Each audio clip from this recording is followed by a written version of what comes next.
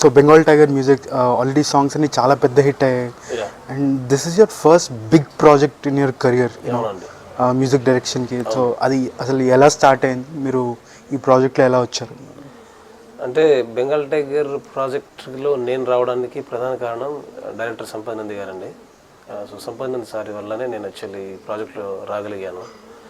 So Bengal tiger అనేది actually almost ఒక 10 నెలల జర్నీ ఉంది ఈ సినిమాతో నాకు. అండ్ సంపత్ సార్తో నాకు ఒక 13 ఏళ్ళ జర్నీ ఉంది.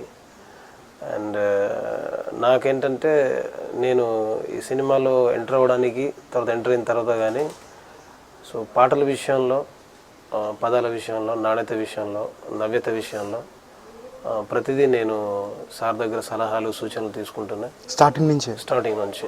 అంటే నేను బేసిక్గా నేను రైటర్గా ఎదగడానికి కానీ, మ్యూజిక్ డైరెక్టర్గా ఎదగడానికి కానీ, సో పదాల విషయంలో కానీ, పాటల విషయంలో కానీ, ట్యూన్ కంపోజింగ్ విషయంలో కానీ, కమర్షియల్ మాస్ క్లాసిక్ ఏదైనా సరే పాట విషయంలో పరిపూర్ణంగా ఎంతో కొంత నాకు తెలిసింది వచ్చినంత ఏదైనా ఉందంటే అది కంప్లీట్గా ఆ క్రెడిట్ మొత్తం సంపాదన సాధ్యనండి.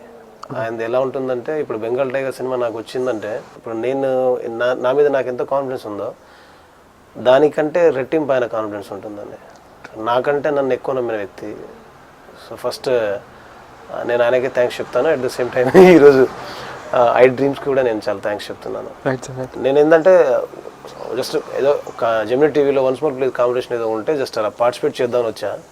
సో అక్కడ ఏంటంటే కొంతమంది బీమ్స్ నీ వాయిస్ తర్వాత నీ పాటలు స్టైల్ అయితే బాగుంది, నువ్వు ఇండస్ట్రీ ట్రై చేయకూడదని ట్రై చేశాను తప్ప వాంటెడ్గా రాలేదు, వాంటెడ్గా అవ్వలేదు.